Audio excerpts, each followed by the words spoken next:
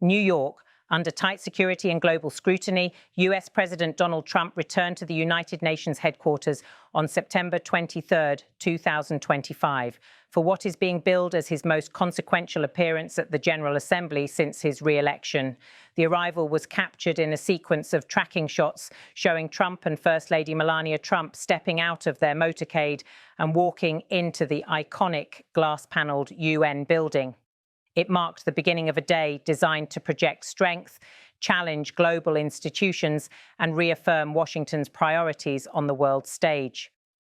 The symbolism of Trump's return to the UN General Assembly podium cannot be overstated.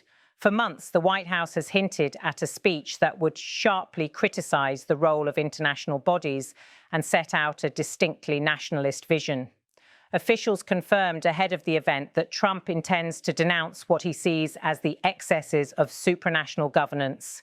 According to aides, the president has privately referred to his address as a chance to draw a line in the sand against organizations that, in his words, undermine American sovereignty. Reporters following the president noted that his rhetoric is expected to be uncompromising. While drafts of the speech remain confidential, White House insiders say Trump will once again use the term globalist institutions to describe entities such as the United Nations and other multilateral organizations. The phrasing echoes his first stint in office, when he famously declared at the 2018 General Assembly that America will always choose independence and cooperation over global governance.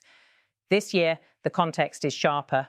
The war in Ukraine has dragged into its fourth year, and Washington's policy has oscillated between full-throated support for Kyiv and growing domestic calls to prioritize American resources at home.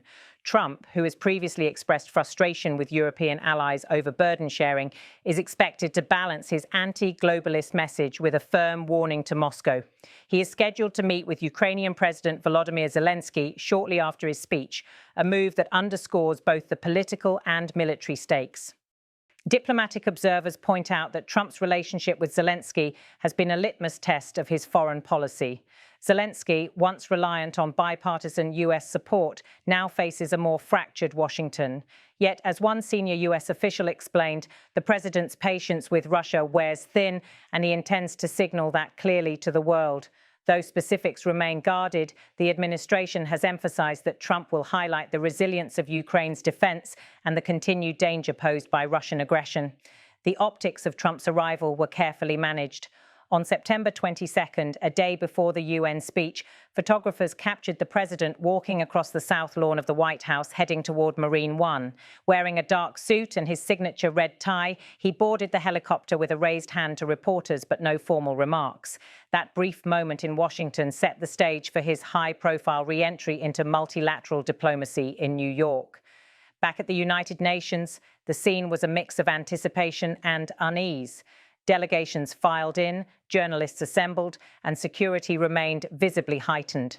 UN officials, while refraining from comment on Trump's remarks, quietly acknowledged that his speeches have always been headline-grabbing affairs.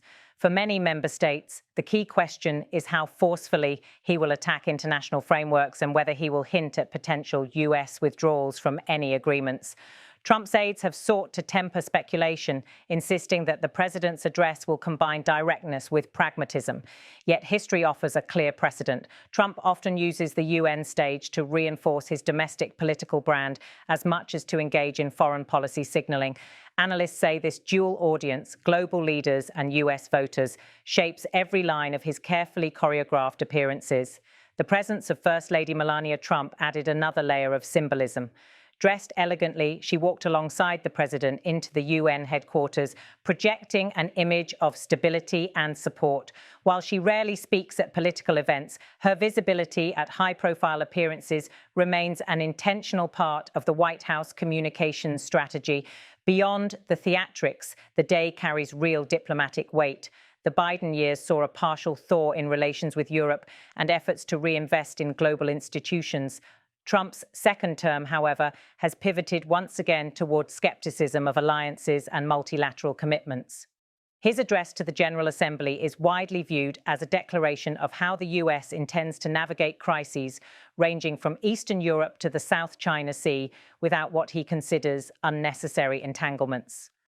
Regional actors are also paying close attention. For Kyiv, Trump's speech and his private meeting with Zelensky will be scrutinized for signs of continued US security guarantees. For Moscow, it will be passed as a measure of Washington's willingness to escalate pressure.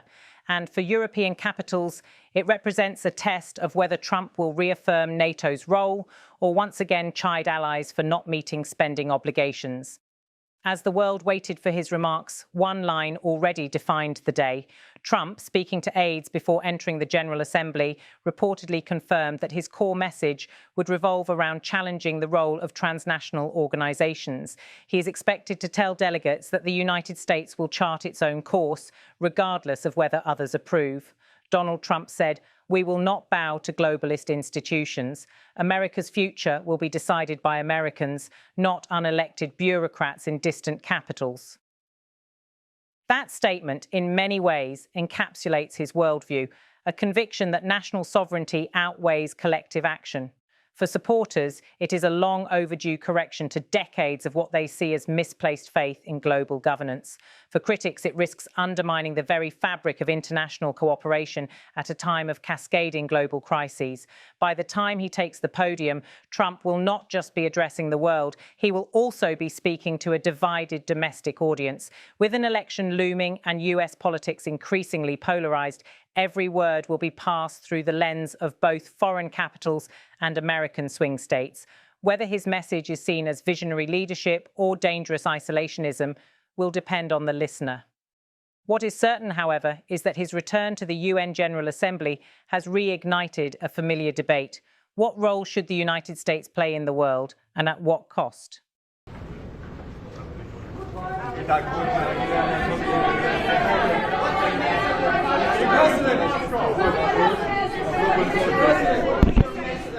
Mr. President, any deals with Zelensky and Putin? Mr. President, any deals with Zelensky and Putin? Mr. President,